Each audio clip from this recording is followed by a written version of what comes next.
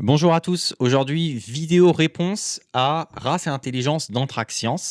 Il s'agit de la première vidéo de ma chaîne et j'ai décidé de me lancer sur YouTube pour parler de différents sujets dont l'intelligence humaine. Alors, c'est un sujet qui me passionne et j'aime bien hein, le YouTuber Anthrax, mais cette vidéo comporte certaines erreurs auxquelles je vais tenter de répondre. Alors, il est beaucoup plus calé que moi sur les sujets d'anthropologie, donc là-dessus, je ne vais pas essayer de le contredire. Seulement sur les thèmes comme le QI, sur les travaux hein, qui sont commentés ici, c'est les travaux de Richard Lynn, je trouve qu'il y a quelques approximations, ce qui est assez normal puisque ce n'est pas son sujet de prédilection. À savoir qu'il s'agit de la première vidéo de ma chaîne, donc c'est une espèce de test. Ce que je veux dire par là, c'est que je la fais, là je viens d'acheter mon matériel pour voir si tout fonctionne bien, si aussi si j'ai des tics de langage quand je m'exprime à l'oral de façon assez longue. Et je vous invite également hein, à commenter, à me donner votre avis. Enfin, si vous trouvez que le son est bon, s'il n'est pas bon, si je parle pas assez vite, si je parle trop vite. Bref, dites-moi tout ce qui vous passe par la tête. Et également, si vous avez des questions sur ce type de sujet, n'hésitez pas à me le dire. Je répondrai hein, de façon détaillée. Également, je prévois de faire une longue série de vidéos sur l'intelligence humaine. Donc, je ne vais pas détailler l'intégralité de mes sources ici. Je vais en donner quelques-unes. Comme j'ai dit, ce sera une vidéo assez informelle, mais j'en donnerai d'autres et je serai beaucoup plus rigoureux sur des contenus plus longs. Ce sera des contenus type podcast, un peu à la manière de l'Observateur, hein, si vous connaissez sa chaîne YouTube, qui avait fait une série de vidéos sur l'islam. Je compte faire la même chose sur l'intelligence humaine, pour étudier la chose en détail. Donc voilà, vidéo assez informelle. Bon, je me répète. Et c'est parti, ce qu'on va faire, c'est qu'on va regarder des extraits de sa vidéo que je vais passer en accéléré. Et ensuite, je ferai pause quand j'aurai des trucs à dire et à répondre surtout. Bonjour à toutes et à tous, bienvenue pour cette nouvelle analyse d'infographie et d'images sur Internet. Aujourd'hui, on va parler d'un tableau, d'une capture d'écran d'un tableau qu'on m'a envoyé en me disant « Tu vois bien que c'est prouvé scientifiquement que les Africains sont moins intelligents que les Européens. » Oui, ah oui, là, c'est de la grosse affirmation. Effectivement, on va passer un peu de temps là-dessus parce que ça mérite quand même qu'on s'y arrête. Alors voilà le tableau en question, hein, je vous l'ai mis à l'écran tel quel. Qu'est-ce que c'est? Ça nous met des races. Ça nous met, enfin des populations, du coup on va pas parler de race parce que je vous l'ai dit, race c'est connoté. Déjà, donc on préfère utiliser le terme de population, donc on a une liste de populations. On a des températures ici, donc la température en hiver. On a la température pendant le Wurm, qui était la température. Le Wurm, c'est du coup les glaciations, donc c'est la température entre il y a moins 100 000 et moins 10 000 ans. Donc on suppose que c'est les températures les plus basses, parce que pour atteindre moins 20 quand même, faut quand même envoyer du pâté. Et ensuite on a des tailles de cerveau, et ensuite on a du QI. Bon, alors, premier problème, déjà dans l'analyse des températures, je vais pas commencer par parler des températures et dire que les températures c'est pas des bonnes mesures, etc. On est d'accord, mais premier problème, associer des températures à des populations. Une température, ça ne s'associe pas à une population ça migre, une population ça bouge, une température ça s'associe à une zone géographique. Donc là déjà on a un gros problème, c'est qu'on a, bon alors, au-delà même du fait qu'une population ça peut migrer, il y a surtout le problème que vous avez des populations comme les Pacifiques, les populations du Pacifique, je veux dire, ils couvrent une quantité de territoire, d'ailleurs c'est pacifieux, j'avais pas vu qu'il y avait une faute de frappe ici, mais vous avez des populations du Pacifique qui couvrent des latitudes gigantesques, leur associer une température qui a été mesurée à un point donné, à un moment donné, ou même une température moyenne, ça n'a pas vraiment de sens, et pour être quelqu'un qui vit en Afrique au moment où il vous parle, je peux vous assurer que nos températures en hiver, c'est pas 17 degrés. Ici, à Johannesburg, en hiver, vous pelez les meules beaucoup plus que ça. Donc je sais, voilà. Alors, premier point par rapport à l'association entre des populations et une température, eh ben, tout est correct. Voilà, je n'ai pas grand-chose à dire là-dessus. Oui, c'est vrai. Et c'est des erreurs de méthodologie qu'on a reproché à Richard Lynn. Bon, après, le climat en Afrique du Sud est un peu plus tempéré que le climat européen. Le premier problème, c'est d'associer des températures à des populations. Autre problème avec ces températures, c'est aussi durant le Wurm, à moins 100 000 ans. Je ne pense pas qu'il y ait des gens qui vivaient en Arctique il y a moins 100 000 ans. Alors, effectivement, ça peut prêter à confusion. Ce qui est défini par Arctic People ici, les populations de l'Arctique, ce sont des populations vivant très au nord, qui sont distinctes des Amérindiens par un pourcentage significatif du groupe sanguin B. Pour ce qui est de la glaciation de Wurm, alors certes, elle s'est déroulée il y a 100 000 ans, mais elle s'est terminée il y a environ 11 000 ans. Et justement, cette période correspond aux premières migrations vers des territoires arctiques, au nord de l'Amérique du Nord et de l'Asie, là où vivent les Inuits et d'autres populations. Richard Lynn adopte une hypothèse évolutionniste dans laquelle les ancêtres des peuples arctiques ont vécu dans des climats rigoureux avant leur migration vers ces zones-là.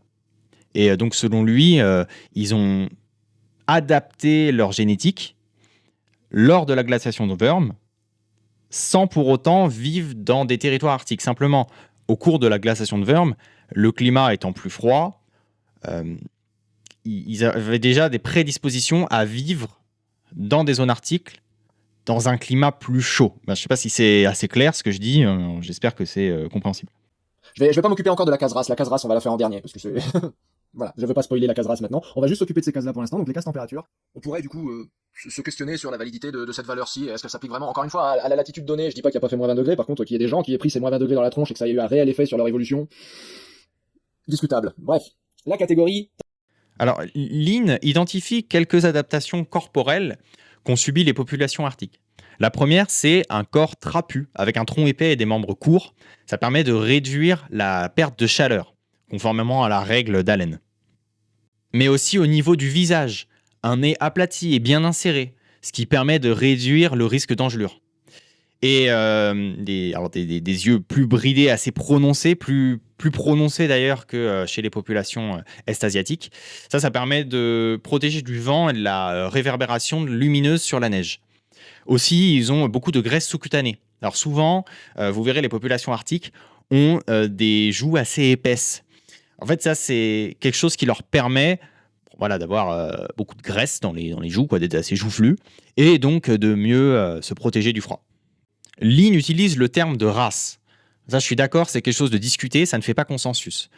Mais il s'appuie sur les travaux de Cavalli-Sforza, Menosi et Piazza en 1994, qui, eux, sans parler de race, ont identifié des clusters génétiques reflétant des migrations, des échanges et des séparations historiques des populations. Donc, ce n'est pas une catégorisation stricte et raciale comme le donne Richard Lynn, mais en tout cas, il y a quand même certains clusters génétiques identifiables, et ça fait consensus. Parler de race, non. Donc on a de très très rares éléments comme ça qui nous permettent de discuter l'intelligence. La taille de cerveau en est un. Donc quand on n'a pas beaucoup d'outils pour faire des hypothèses, on se sert de ce qu'on a plutôt que d'inventer des trucs qu'on n'a pas. Ça c'est normal. Quand on est archéologue, quand on est paléontologue, on se sert de la taille de cerveau pour parler intelligence. C'est beaucoup plus discutable quand on est anthropologue et qu'on a accès aux gens quand ils sont encore vivants aujourd'hui. Donc l'utilisation de la taille de cerveau pour des mesures d'intelligence, c'est là dans ce contexte-là, je dirais que c'est pété comme approche. D'emblée, c'est pas une bonne approche. Maintenant, si on regarde la taille de cerveau, alors j'ai vérifié, il y a effectivement une corrélation entre ces températures et la taille du cerveau. Ça, je suis allé vérifier, la corrélation est vraie, elle est significative. Maintenant, la question c'est pourquoi, et la réponse c'est la loi de Bergman. Oui, alors j'ai sauté une petite partie dans laquelle il dit que le cerveau n'est pas utile uniquement à l'intelligence, et que utiliser la taille d'une boîte crânienne pour mesurer l'intelligence, on le fait uniquement si on n'a que ça sous la main. Bon, je suis assez d'accord avec lui, hein. Je trouve que ça nécessitait pas forcément de revoir cette partie, hein, pour ceux qui ont déjà vu la vidéo complète d'Anthrax. Donc c'est pour ça que je l'ai sauté, histoire que ça fasse un peu plus court. Cependant, il ne le dit pas, mais il y a bien une corrélation entre QI et taille du cerveau. On estime qu'elle est de 0,4, ce qui est quand même assez conséquent. Et surtout que c'est des travaux qui ont été mis à jour dans les années 2000.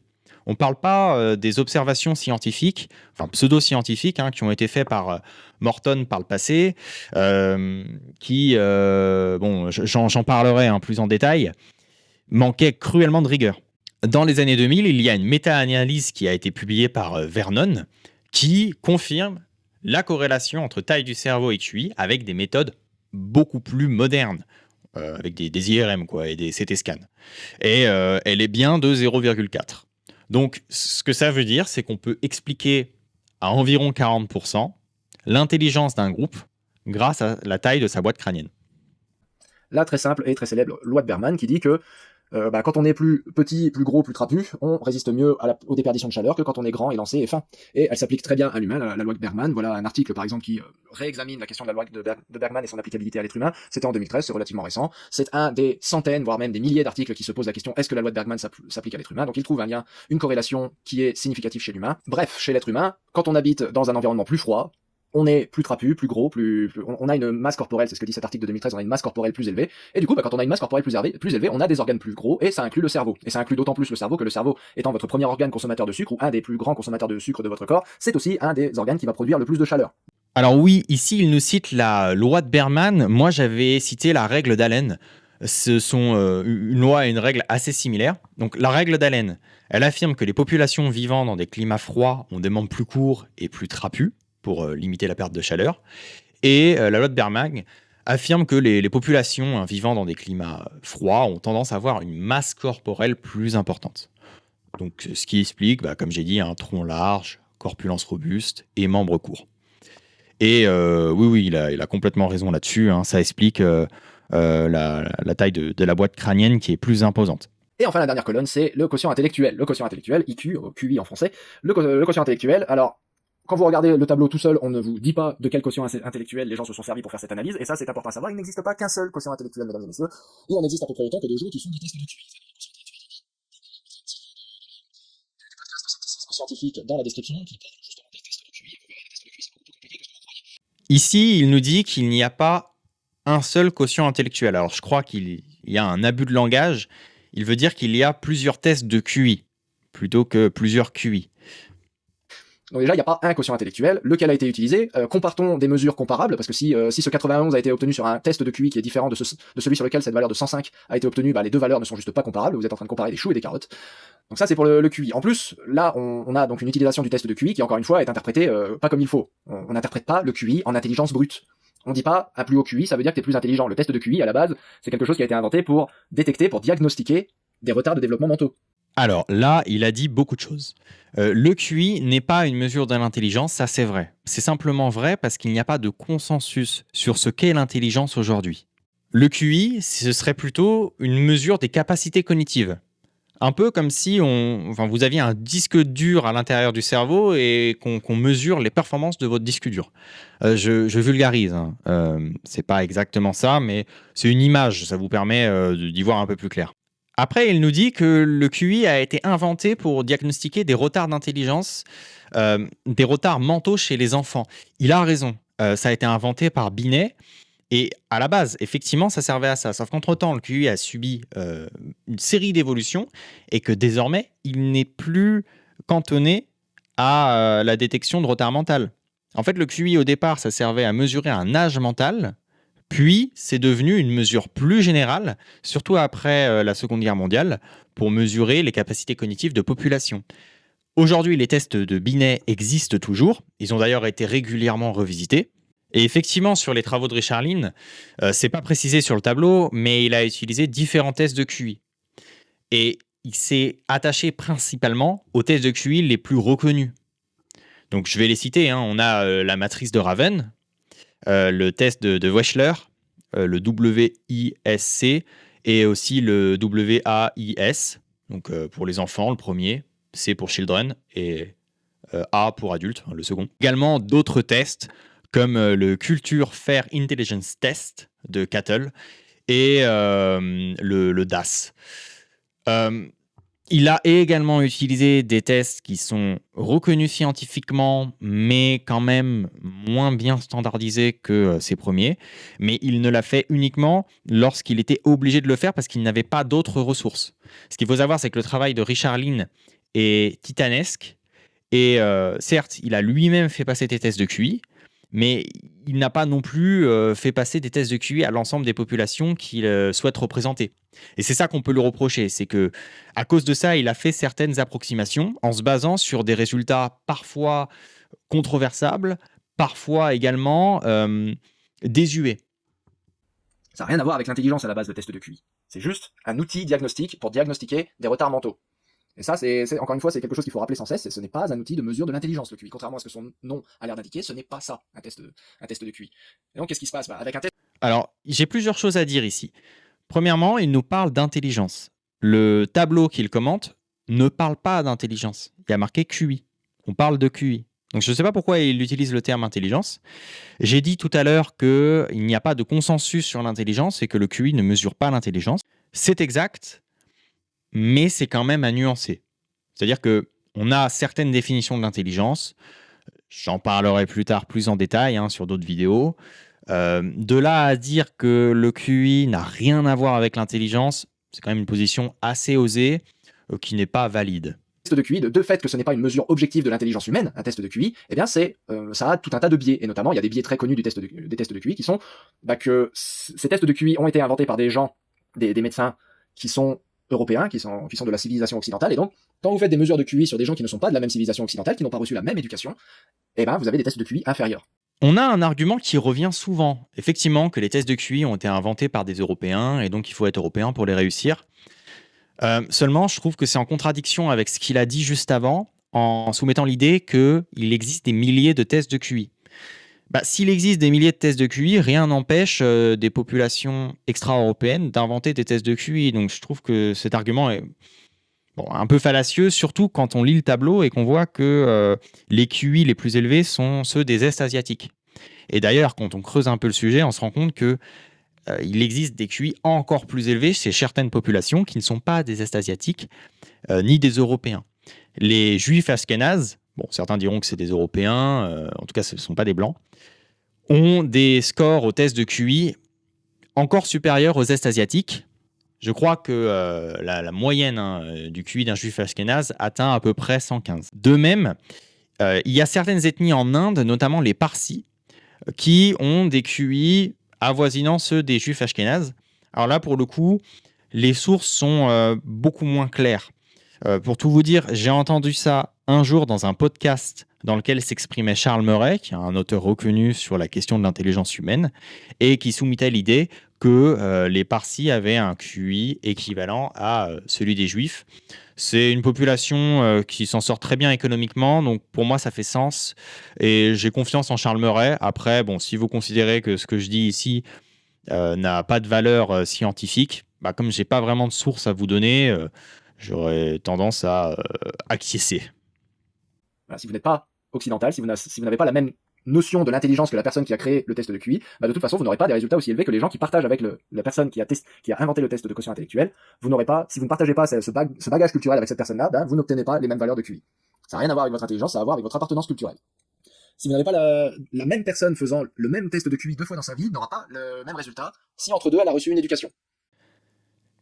J'ai déjà répondu sur la question de la culture et l'influence culturelle sur les tests de QI. Mais là, il soumet une autre idée, le fait que les tests de QI ne sont pas fiables dans le temps. J'aimerais bien qu'il puisse mesurer la fiabilité d'un test de QI dans le temps. Parce que quand il dit que c'est pas fiable, est-ce qu'il veut dire que ce n'est pas fiable à 5%, à 10%, à 50%? Ce qui me dérange en fait dans son argument, c'est qu'il ne quantifie pas. Or, aujourd'hui, on a des données.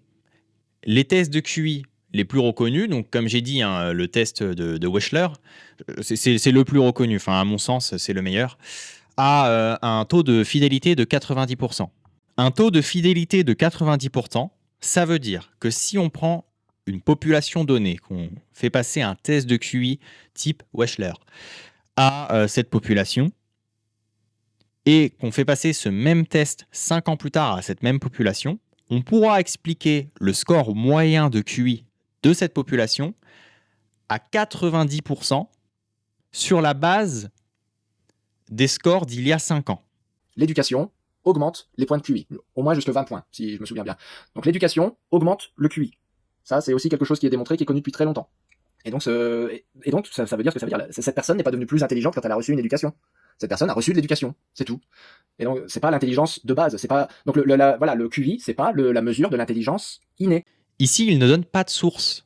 Et c'est ça le problème, parce que certes, il y a beaucoup d'auteurs qui soutiennent ces hypothèses, mais il y a également des auteurs qui soutiennent l'hypothèse inverse, l'hypothèse de l'héritabilité du QI.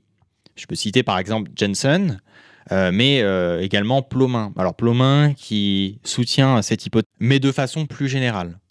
Ces travaux, en fait, à ce chercheur consistent à étudier le comportement et l'évolution du comportement de jumeaux monozygotes, donc qui partagent un ADN commun, élevés dans des familles distinctes. Et à partir de là, il pourra estimer l'héritabilité de certains traits de caractère. Et ce qu'on peut observer, c'est que au niveau du QI, l'héritabilité est d'environ 80%, ce qui est quand même balèze. Quand je dis environ 80%, c'est parce qu'elle est d'abord de 40% dans l'enfance, mais avec la maturité intellectuelle et aussi le poids de l'environnement cumulé, l'héritabilité de l'intelligence augmente allant jusqu'à 80% à l'âge adulte. Et quand il dit qu'il y a une augmentation de 20 points de QI grâce à l'éducation, bah, il ne cite pas de source. Alors, je peux supposer qu'il s'appuie sur les travaux de James Flynn, mais je vais parler à la place de personne. Donc, malheureusement, je ne peux pas commenter ce qu'il dit puisqu'il ne donne pas de source. C'est pas une mesure de votre intelligence innée, c'est une mesure de votre intelligence acquise. Ou du moins, votre intelligence acquise influe tellement sur le résultat final de votre test de QI que vous ne pouvez pas en déduire l'intelligence innée. C'est une erreur de faire ça. Là, il nous donne l'argument de l'intelligence qu'on a acquis et l'intelligence qu'on a de façon innée. Alors, il y a des termes plus scientifiques pour parler de cela. On a d'une part l'intelligence cristallisée qui correspond à l'accumulation des connaissances et d'autre part l'intelligence fluide qui correspond à une manière de raisonner de façon abstraite sans recours à des connaissances acquises. Et le QI, c'est une combinaison des deux. C'est à peu près 50-50 pour les deux. Et donc l'intelligence cristallisée augmente avec l'âge et l'intelligence fluide diminue avec l'âge. Et on retrouve quand même une corrélation significative entre ces deux intelligences. Elle est d'environ 0,3, ce qui n'est pas énorme quand même. Donc c'est important d'avoir identifié les deux. Surtout que les résultats de Cattell, alors c'est le psychologue qui a défini ces tests, montrent bien qu'il y a des écarts entre l'intelligence fluide et cristallisée. Et c'est pour ça d'ailleurs que la corrélation n'est pas supérieure à 0,3. Aussi, ce qu'on constate, c'est que les deux se complètent. Il y a un pic de l'intelligence fluide entre 100 et 110 à l'âge de 20-30 ans. Et cette intelligence fluide va diminuer progressivement jusqu'à diminuer environ à moins de 90 à partir de 60 ans. Pour ce qui est de l'intelligence cristallisée, là, c'est l'exact inverse. Elle augmente au fil du temps et elle peut atteindre des scores très honorables, comme jusqu'à 110-120, partant d'une base de 100 sur les vieux jours d'une personne. Donc ça, déjà, il faut se le mettre bien en tête. Et ça a une conséquence importante, c'est qu'il y a une très très forte corrélation entre le QI et le niveau de développement dans les pays, dans les différents pays du monde. Donc là, par exemple, je vous montre, voici les résultats des tests de QI représentés par couleur sur une carte du monde. Donc plus vous êtes vers le vert bleu, plus vous avez un test de QI élevé. Plus vous êtes vers le rouge, plus les tests de QI généraux sont faibles. Et voilà la carte maintenant du PIB. La superposition est quasiment parfaite. Regardez l'Afrique qui est toute rouge ici, le PIB est le plus faible.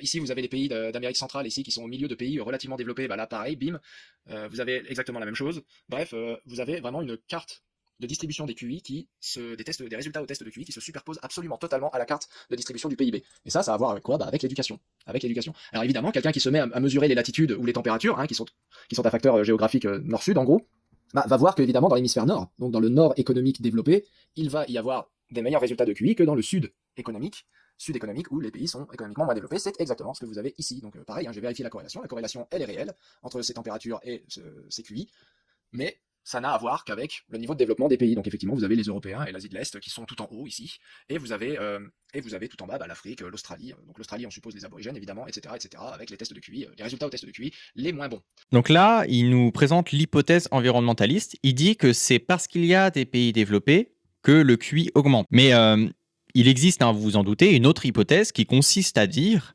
que c'est parce que les populations ont un haut QI qu'elles ont privilégié des environnements favorisant le développement économique en mettant en place une stratégie qui consiste à favoriser l'éducation, favoriser la vie en société, la vie paisible en société.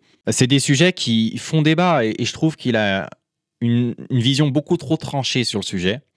C'est une combinaison des deux facteurs et il faut aussi quantifier ces deux facteurs. L'intelligence a une part de génétique et une part environnementale, ce qui ne précise pas la pondération de l'un ni de l'autre. Et par ailleurs, Lynn l'a démontré, mais les résultats des tests de QI passés par les populations qui sont présentées sur le tableau dans d'autres environnements, donc ça va être par exemple les immigrants d'Asie de l'Est en Europe ou aux États-Unis, au Brésil également, sont similaires, voire quasiment identiques pour la seconde génération, aux résultats qui sont obtenus dans la culture est-asiatique. C'est assez incohérent. Si on devait suivre son raisonnement, les populations est-asiatiques, lorsqu'elles migrent dans un pays comme le Brésil, devraient descendre au niveau de QI du Brésil, puisque il s'adapte à la culture. Donc on devrait avoir une chute passant de 105 à 90. Ce n'est pas le cas. Pareil, lorsqu'il migre aux États-Unis. Le QI moyen aux États-Unis, de mémoire, il est de 96. Pourquoi les Est asiatiques ne descendent pas à ce niveau? Les Est asiatiques surperforment sur des tests de QI aux États-Unis. Alors, ce n'est pas un test de QI, mais le SAT, c'est l'examen d'admission aux grandes écoles, qui est corrélé, alors ça dépend les versions, entre 0,7 et 0,8 au QI, est largement réussi par les populations est-asiatiques. Et on constate une surreprésentation des Est-asiatiques dans les universités américaines.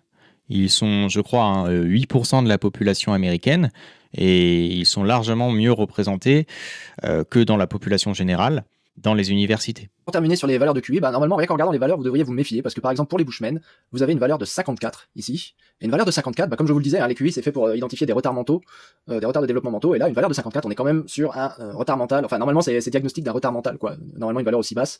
Les valeurs à 60 et quelques, c'est borderline retard mental, mais là, 54, normalement, on est en plein dedans. Et là, normalement, ça devrait vous mettre la puce à l'oreille, c'est-à-dire que comment les Bushmen feraient pour survivre dans un environnement, enfin, c'est des chasseurs-cueilleurs, les Bushmen, quoi. Hein.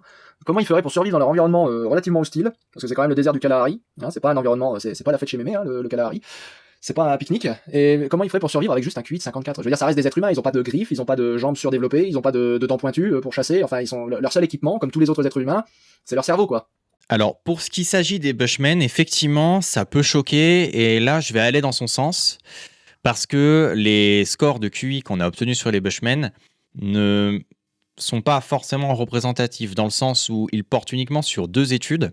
La première de Porteus, qui a été faite en 1937, et la seconde de Running en 1972. Et les échantillons sont assez maigres. Au total, c'est uniquement 300 Bushmen qui ont été testés.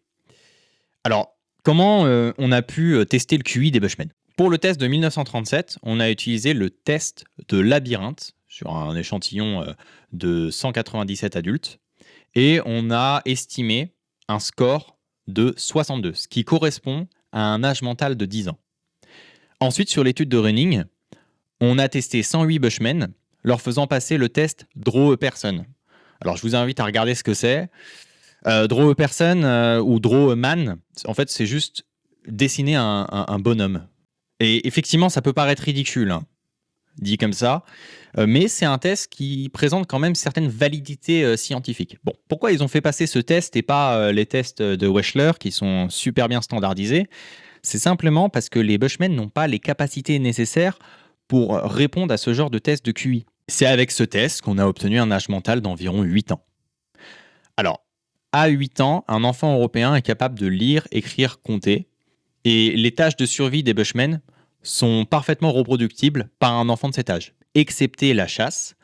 Et ça, on peut l'expliquer par le fait qu'ils aient une meilleure acuité visuelle que les enfants européens de 8 ans. Et là, je ne fais que citer Richard Lynn. Il considère que les Bushmen n'ont jamais créé de civilisation et ils vivent de façon primitive, et que finalement, c'est pas si choquant qu'ils aient un QI de 54 par rapport à leurs activités.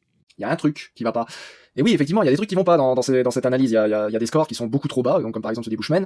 Et puis il y a des scores, on sait pas d'où ils sortent. Donc par exemple, au hasard, j'ai pris évidemment l'Afrique, puisqu'on retourne sur le site d'où vient cette infographie, ce tableau, et on voit leurs données sur les Africains. Et quand on prend leurs données sur les Africains, qu'ils ont tous bien ordonnées dans un tableau, donc regardez, on copie, wouhou, et on va coller tout ça dans Excel pour essayer de calculer la moyenne de toutes ces données qu'ils ont collectées sur les Africains, donc est égal à la moyenne 2, et ça nous donne 71. Dans le livre de Richard Lynn, il y a 57 entrées dans le tableau, grâce auxquelles on arrive à un QI médian de 67. Et là, dans le tableau, il y en a 143 dans le tableau sur le site. Donc la source n'est pas la même. Le tableau qui est présenté sur le site vient des recherches de Richard Lynn, mais il n'est pas le même que les entrées qu'il y a sur le site. Je suis désolé si mon explication est un peu fouillie, mais je pense que vous y retrouvez. Donc c'est normal qu'on retrouve une valeur supérieure. Après, peut-être que Richard Lynn a volontairement utilisé des tests sur lesquels les Africains réussissent moins bien pour baisser leur score.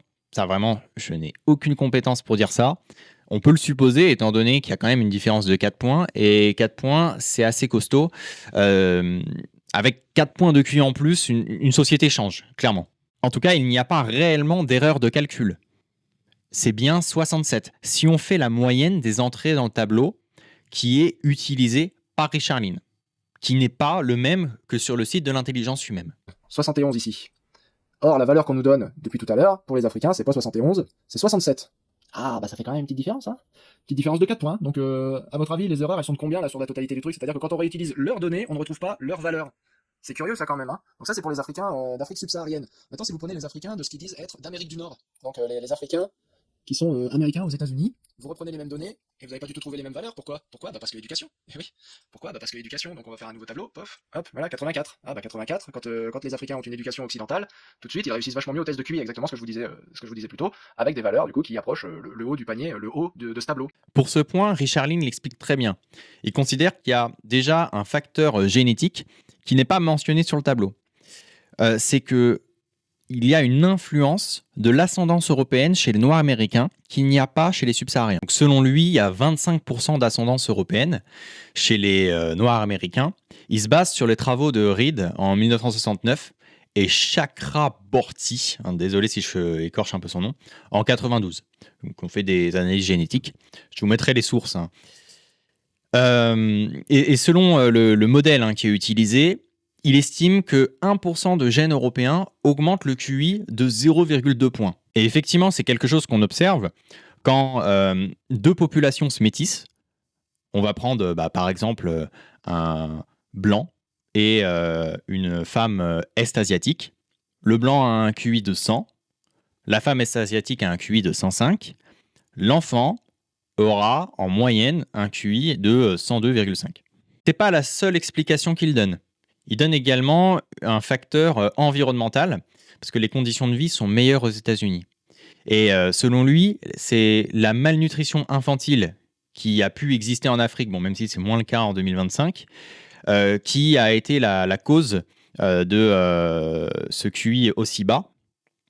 Et les Noirs américains ayant accès à une alimentation plus riche et équilibrée pallient ce problème. Et effectivement, les données scientifiques montrent que lorsque la plasticité cérébrale est la plus active, c'est-à-dire entre 0 et 3 ans, le fait d'avoir un enfant mal nourri aura des conséquences sur son QI à l'âge adulte. C'est pas quelque chose qu'on associe à la génétique, mais quelque chose qu'on associe à l'environnement. Tout se passe comme si les données qu'on nous présentait sur ce site et qui disent et qui font dire aux gens que les Africains sont stupides, tout se passe comme si les données présentées sur le site, une fois qu'on s'y attarde un petit peu, disaient exactement le contraire. C'est juste que les Africains réussissent mieux au test de QI quand évidemment ils ont une éducation à l'occidentale. Ah bah tiens donc, ah bah tiens donc, je suis l'absence de surprise totale. Ah bah oui, mais sorti de son contexte, forcément, sorti de son contexte ce tableau. Bon, en plus déjà quand on vérifie le contexte, il est pas forcément exact. Quand on vérifie les valeurs, parce que bon, il y a des erreurs au niveau des Africains, j'ai pas fait toutes les lignes, mais je suis sûr qu'on peut trouver des erreurs partout. Mais bref. C'est quand même intéressant ça, de voir que quand on se met à plonger le nez dans les méthodes, etc., finalement, ça marche pas aussi bien, ou bien ça revient, on retombe sur les pattes de l'interprétation classique du QI qui est c'est l'éducation et rien d'autre. Et puis pour les Bushmen, je vous invite à regarder cet article-là. Voilà, Bon, le problème c'est qu'il ne donne pas de source. Ça aurait été bien d'en avoir une pour la confronter. Il soutient l'idée qu'il y a un consensus général sur le fait que le QI est corrélé à l'éducation et rien d'autre. Bon, malheureusement, c'est beaucoup plus complexe que ça. Des études controversées des quotients intellectuels en Afrique, qui sont basés sur cet article-ci, sorti en 2010, si je ne m'abuse. Voilà, je vous mettrai le lien pour aller le voir, c'est gratuit, c'est cadeau. Vous verrez qu'il y a beaucoup de biais dans ce jeu de données qui a été créé par le professeur Lin. Il y a beaucoup d'erreurs dans ce jeu de données, qui est basé sur cette référence. Je ne sais pas si je vous l'ai présenté, c'est cette référence, Richard Lin. Les différences entre race et intelligence, enfin les différences d'intelligence entre races, une analyse évolutionnaire, voilà. C'est de là que viennent toutes ces données. Vous allez voir que cette personne ici n'est pas du tout d'accord avec ce qui est dit dans ce livre. Donc pour vous dire qu'il y a du répondant en face, il y a un débat, il y a un vrai débat scientifique derrière, il y a du répondant en face. Bon. Il nous fait un argument d'autorité en nous citant une étude, mais comme j'ai dit, ça ne fait pas consensus. Ce qui aurait été un vrai argument d'autorité, ça aurait été citer le consensus.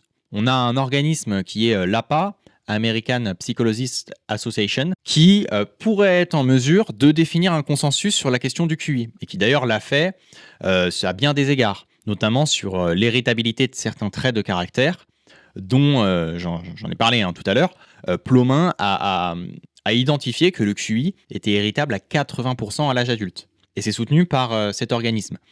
Nous sortir une étude qui va dans le sens de la thèse environnementaliste n'est pas suffisant pour me convaincre, en tout cas. Alors, je ne sais pas vous, surtout qu'il ne lit pas l'étude. Là, pour le coup, pour moi, c'est uniquement un argument d'autorité, et ça s'arrête là. Maintenant, on va s'arrêter sur la colonne race. Évidemment, on garde le meilleur pour la fin. La colonne race. Alors, comment est-ce qu'on a classifié notre belle diversité humaine dans ce tableau? On l'a classifié pas par ordre génétique, voilà, pas par proximité phylogénétique, pas par proximité génétique, pas par proximité culturelle, non, on a fait des catégories au pif. On n'a même pas fait des catégories dans un contexte où on examine la température, vous voyez, l'évolution du QI et de la taille de cerveau au niveau de la température, on n'a même pas fait des catégories qui correspondent vaguement à des latitudes. On n'a pas découpé la planète en différentes latitudes et pris les QI en fonction des tranches de population vivant dans ces latitudes. Non, on a fait des catégories qui reflètent des groupements totalement arbitraires, comme par exemple, bon alors, Arctic People, c'est le moins arbitraire. En admettant que ce soit pas que les Inuits, mais qu'ils aient mis les Scandinaves, les Sibériens dedans, admettons, Arctic People, c'est ce qui ressemble le plus à une catégorie de latitude. Mais alors, les Est-Asiatiques, les Sud-Asiatiques et les Nord-Africains, les Européens, c'est bien connu que les Européens, entre quelqu'un qui vit à Oslo et quelqu'un qui vit à Athènes, c'est les mêmes températures, hein. Même climat, même température. Les natifs américains, bon on exclut les Inuits parce que donc les Bushmen et les Africains, on sépare les Bushmen et les Africains. Pourquoi? Ils vivent sous les mêmes latitudes. Je me demande. Hein, je veux dire, J'en avais parlé tout à l'heure. Lean se base sur les travaux, alors premièrement de Kuhn, Garn et Birdsell en 1950, puis de Cavalli-Sforza, Menosi et Piazza en 1994. Pour ce qui est des Inuits, ils ne sont pas séparés des natifs américains, enfin ils ne sont pas perdus dans le tableau, ils font partie des peuples arctiques.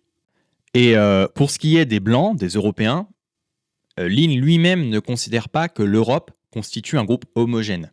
Il identifie des sous-groupes distincts, hein, les Nordiques, les Alpins, les Méditerranéens, dont la génétique a été influencée par la pression sélective de l'environnement. Pourquoi séparer les Bushmen et les Africains? Les Africains, c'est évidemment les Africains subsahariens, puisque les Nord-Africains sont déjà là. Donc les Africains subsahariens qui vivent depuis l'équateur jusqu'au Cap, le Cap qui est à une latitude et à un climat totalement européen. Donc pareil, qu'est-ce que ça veut dire? Ça ne veut rien dire. Les Australiens, pareil, hein, l'Australie, il y a tout depuis le désert torride jusqu'au coin où on se gèle, comme la Tasmanie où on se gèle les meules. Le sud-est asiatique, parce que c'est pas la même chose que le sud de l'Asie ou l'est de l'Asie, le sud-est asiatique, et les îles du Pacifique, parce que c'est bien connu qu'en Nouvelle-Zélande, il ne fait pas froid. Ici aussi, hein, pour les populations australiennes, aborigènes d'Australie, les populations du Pacifique, il identifie des sous-groupes distincts au sein même de ces populations. Donc ça peut être les Polynésiens, Micronésiens, Mélanésiens, les Papous. Il y en a d'autres encore. Mais c'est vrai que cette taxinomie n'apparaît pas sur le tableau, donc effectivement, ça peut prêter à confusion. En fait, le problème, c'est que ce tableau est extrêmement simpliste. Et il sous-entend plein de sources qui n'apparaissent pas dessus, mais qui pourtant existent bien. Et on a l'impression qu'il a été fait à l'arrache, mais bon, pas vraiment. C'est plutôt une synthèse de multiples observations, études et tests de QI qui ont été passés au fil du temps. Donc il fait 24 degrés en Nouvelle-Zélande en hiver, c'est bien connu, amis néo-zélandais, hein, vous confirmerez. Donc non, ces catégories, elles sont absolument pas adaptées à la théorie qui tente d'être testée. C'est pour ça que je voulais faire ces colonnes-là avant. On a vraiment la colonne qui vous dit c'est l'intelligence, et les deux colonnes qui vous disent c'est l'intelligence, et les deux colonnes qui vous disent en fonction de la température. Il aurait fallu classifier les gens en fonction des zones soit climatiques, soit latitudinales. Mais là, ce truc-là, c'est complètement... Enfin, par rapport... J'allais dire c'est complètement random, évidemment que c'est pas random, vous l'avez tous vu autant que moi, mais je vais pas le dire maintenant. Mais là, par rapport à ce qui tente d'être testé, ces catégories de population sont absolument au pifomètre. Elles ne correspondent absolument pas à ce que l'auteur tente de tester en alignant ces jeux de données-là. Et qu'est-ce que c'est en fait que ces catégories? Ben oui, tout le monde en mille. La fameuse, la belle, la grande, la tentative pitoyable et à peine dissimulée, c'est bien de retomber sur une classification racialisée, pour ne pas dire raciste, des jeux en noir, en blanc, en rouge et en... Voilà, je veux dire, c'est tellement à peine dissimulé que ça se voit. Je veux dire, sud-est asiatique et nord-africain. C'est quoi ça? C'est les Arabes, ma bonne dame. Hein, Jeanne, au secours! Alors, si Lean utilise cette dénomination, qu'il catégorise les Sud-Asiatiques et les populations du Moyen-Orient et de l'Afrique du Nord selon la même taxinomie, c'est parce qu'ils considèrent qu'ils ont vécu dans des milieux arides ou semi-arides et qu'ils ont développé des adaptations similaires. Et d'ailleurs, des études en génétique montrent une parenté plus proche entre les Nord-Africains et les Iraniens ou Indiens qu'avec les Européens du Nord ou les Subsahariens. Je parle notamment d'études sur l'aplogroupe M de l'ADN mitochondrial qui montrent une présence significative de cet haplogroupe à la fois en Asie du Sud avec des sous-clades spécifiques en Afrique du Nord, ce qui pourrait indiquer des migrations anciennes entre ces régions. Et puis de toute façon, on parle de QI et pour ce qui est du quotient intellectuel, on constate que ces deux populations ont à peu près les mêmes scores, Ça aussi, ça peut justifier le fait qu'ils sont confondus dans le tableau. C'est les Arabes, c'est voilà, les rouges, natifs américains, les Européens, c'est les Caucasiens. Voilà, qu'est-ce que vous avez? Les Africains, c'est les Noirs évidemment. Les Australiens, c'est les Aborigènes. Bref, c'est une tentative à peine dissimulée d'essayer de justifier la supériorité intellectuelle de qui? Bah oui, évidemment, vous l'avez deviné, hein, des Européens, évidemment. En disant quoi? En disant les Européens, ils ont évolué dans ce beau climat du Wurm, hein, le Wurm qui est donc l'endroit où il y a eu les glaciations. Enfin, en Europe, il y a eu des glaciations très fortes durant le Wurm, entre moins 100 000 et moins 10 000 ans, et du coup, vu que les Européens ont évolué dans cet environnement très hostile, eh bien, ils sont devenus vachement plus intelligents que les Africains, parce que le climat était hostile. C'est ce qu'on appelle la théorie de l'hiver froid, je déconne pas, c'est réellement comme ça qu'elle s'appelle. J'ai cru que c'était une blague, moi, au début. Je la prenais pas au sérieux, j'ai fait, mais de quoi? La théorie de l'hiver froid, qu'est-ce que vous me racontez? La théorie du pléonasme. Non, c'est bien ça s'appelle la théorie de l'hiver froid. Les Européens sont devenus intelligents parce que pendant les glaciations, ça a mis une pression sélective tellement forte sur l'intelligence des populations européennes pendant l'Europe glaciaire qu'ils sont devenus super intelligents. Parce que comme je le disais tout à l'heure, le Kalahari, c'est un pique-nique. Alors, je vais rapidement parler de la théorie des hivers froids. C'est une idée selon laquelle les environnements froids ont favorisé l'évolution de l'intelligence en raison d'une adaptation génétique à cet environnement. Pourquoi? Simplement parce que les hivers froids nécessitent de se projeter. Parce qu'il faut déjà gérer le feu, donc la domestication du feu et son usage. Ça nécessite une transmission des connaissances et un apprentissage structuré. Aussi, il faut construire des habits et fabriquer des vêtements. Donc ça, c'est la nécessité de se protéger du froid. Ça entraîne des compétences techniques plus avancées. Et le point primordial, c'est trouver de la nourriture en hiver. Donc contrairement aux tropiques, où les ressources alimentaires sont disponibles toute l'année, hein, que ce soit des fruits, des légumes ou du gibier accessible, les populations en Eurasie froide devaient chasser de gros mammifères, des gros mammouths, et conserver la nourriture et planifier également des stratégies de survie saisonnière. Et ce que dit Lin, hein, c'est que certes, les environnements tropicaux sont dangereux, il y a des prédateurs, des maladies, il y a aussi de la compétition tribale. Cependant, ils offrent une nourriture disponible toute l'année. Ça réduit le besoin de planification et de stockage à long terme. Alors pour ce qui s'agit des déserts et des savanes, ce sont des environnements plus hostiles, mais pour ces environnements-là, la survie dépend surtout d'endurance et de mobilité, plutôt que de résolution de problèmes complexes. Et l'intelligence y joue un rôle, certes, mais pas dans le même cadre évolutif que dans les environnements froids. En fait, ce qu'il dit, c'est que le froid impose des exigences cognitives plus élevées, contrairement à d'autres environnements difficiles, auxquels peuvent être confrontées des populations comme les Bushmen. Là, vous allez me dire qu'il y a une incohérence. Bah oui. Pourquoi, dans ce cas, les populations arctiques n'auraient pas un QI supérieur aux Est asiatiques ou aux Blancs? C'est simple, c'est parce que les peuples arctiques sont trop peu nombreux. Et le fait qu'ils sont peu nombreux augmente les taux de consanguinité et n'est pas favorable à l'apparition de mutations génétiques avantageuses. Pour faire simple, hein, les peuples arctiques, ça représente environ 55 000 individus. En tout cas, au XXe siècle, hein, c'était ça. Et les Asiatiques de l'Est sont plus que 56 000. Ils sont, je ne sais pas combien exactement, hein, mais on doit être sur quelque chose de l'ordre d'un milliard. L'Australie, si cette théorie était vraie, si vraiment on devait augmenter d'intelligence en fonction de la difficulté de l'environnement qui est autour de vous, je suis désolé, mais les aborigènes d'Australie nous démontraient tous. Hein. L'Australie, c'est quand même fameusement connu pour être le pire endroit sur Terre. Hein. Faut arrêter de déconner. Hein. Mais et en plus, cette théorie, elle est bien jolie, mais les populations d'Européens qui vivent aujourd'hui, déjà à l'époque, elles étaient quasi anecdotiques. Il y a juste sur la fin où ils avaient fini complètement de remplacer Néandertal, mais c'est surtout qu'après ça, qu'est-ce qu'il y a eu? Il y a eu le néolithique, et pendant le néolithique, toutes ces populations-là, elles ont été complètement remplacées par c'était des chasseurs-cueilleurs, et ils se sont fait complètement remplacer par les populations néolithiques d'agriculteurs. Il reste plus rien de ces gens-là. Il reste quasiment plus rien. Oui, des petites traces génétiques par-ci par-là, mais il nous reste plus grand-chose de ces gens-là. Au final, nous ne sommes pas majoritairement descendants de ces gens-là. Hein. Bon, je vais pas commenter le reste parce que là, il est sur la conclusion et il n'apporte plus de sources ou de commentaires. J'ai rien d'autre à répondre. Vous noterez quand même que j'ai enlevé quelques passages de sa vidéo parce que je trouvais que ça faisait un peu de la redite. Et également, il parlait d'une étude qui faisait le lien entre QI et développement économique. Je suis complètement d'accord avec ces observations. Donc voilà, c'était la première vidéo sur ma chaîne. Honnêtement, je ne sais pas du tout ce que ça vaut. Je l'ai enregistré sur une matinée. J'ai téléchargé la vidéo, voilà, j'ai fait mon voice-over au-dessus. Et s'il y a des choses que vous considérez qui sont mal faites, bon voilà, je vais prendre en compte votre avis. et j'essaierai d'améliorer tout ça par la suite. Donc j'espère aussi que ma vidéo va pas flop, hein. Ça serait un peu dommage que je fasse 200 vues avec un pauvre j'aime par-ci par-là et c'est tout. Mais bon, faut bien se lancer quelque part. Si vous avez des questions aussi sur toutes les sources que j'ai apportées, je vais y répondre dans les commentaires. Mais comme j'ai précisé, je prévois de faire des contenus plus longs et plus détaillés sur l'intelligence humaine. Donc pas seulement sur le QI, sur l'intelligence humaine de façon générale. C'est un sujet que je connais assez bien. Ça fait plusieurs mois que je me documente dessus. Et je trouve que de façon générale, les gens ont tous un avis là-dessus, sans pour autant le justifier par des sources académiques. Et aussi, c'est un sujet qui est très sensible, parce qu'on mesure des capacités chez des individus.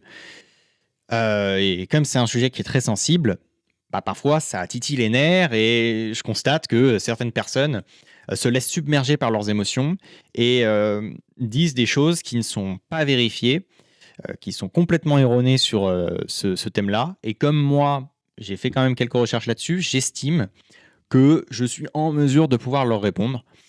Si vous avez aussi des idées de vidéos, bah, pourquoi pas. Je répondrai hein, avec plaisir. Donc j'espère que ce contenu en tout cas vous a plu, que vous n'avez pas perdu votre temps, que vous avez peut-être appris des choses. Merci beaucoup de m'avoir écouté jusque-là et je vous dis à la prochaine.